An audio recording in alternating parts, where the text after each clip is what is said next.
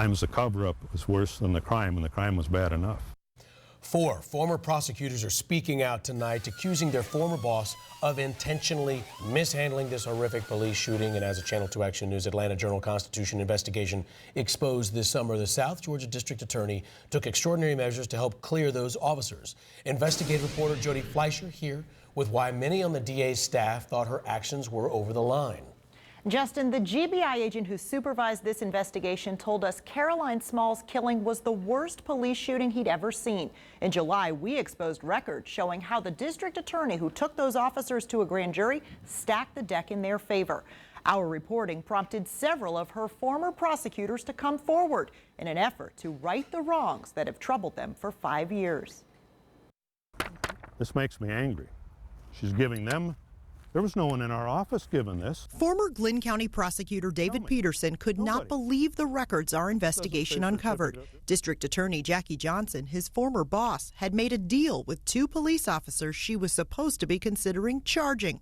She took the case to a grand jury, but never showed them an indictment. I think the grand jury here was undercut, misused, and abused, and they were lied to. The grand jury cleared officers Corey Sasser and Todd Simpson of a police shooting so shocking none of these prosecutors could believe their eyes. Caroline Small had committed no crime that morning. She drove off when an officer walked up to check on her in a mall parking lot. She drove erratically, eventually blocked in by a utility pole and several patrol cars. On video, one officer said if she moved again, he was going to shoot her. Then they did. This was a murder and was covered up. Jonathan Miller resigned to run against Johnson in 2012, in part because of her handling of this case. He said it still troubles him. There's 2 little kids out there that don't have a mama. She deserves her day in court. Keith Higgins was a senior prosecutor in Johnson's office. He's broken down in tears over how the justice system failed. It has affected me very deeply in that regard, and that someone was very brutally killed unnecessarily, and nothing has been done about it. He says the officers' claims that they feared for their lives did not hold up against the video and other evidence. The Glynn Police Department took extraordinary steps to protect its officers, creating this inaccurate animation. It shows how Small could have run over the officers, which the investigation proved impossible.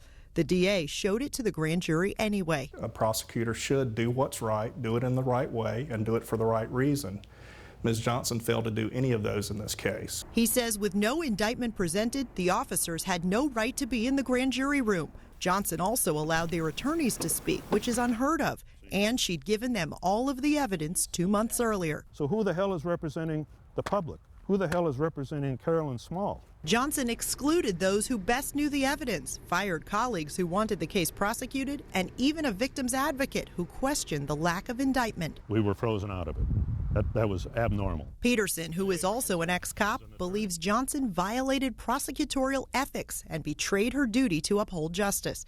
He says she should be impeached. Sometimes the cover-up was worse than the crime, and the crime was bad enough.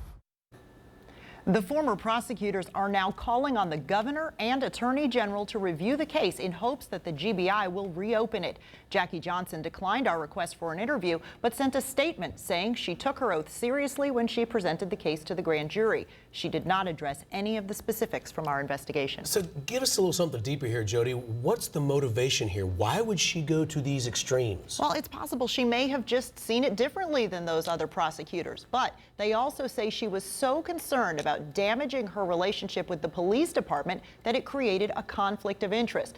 Now remember, she is elected in a very pro-law enforcement community. All right, Jody Fleischer, thank you for that. Caroline Small's family did file a civil suit in federal court that was dismissed by a judge, never went to jury. The 2 officers both remain in law enforcement today.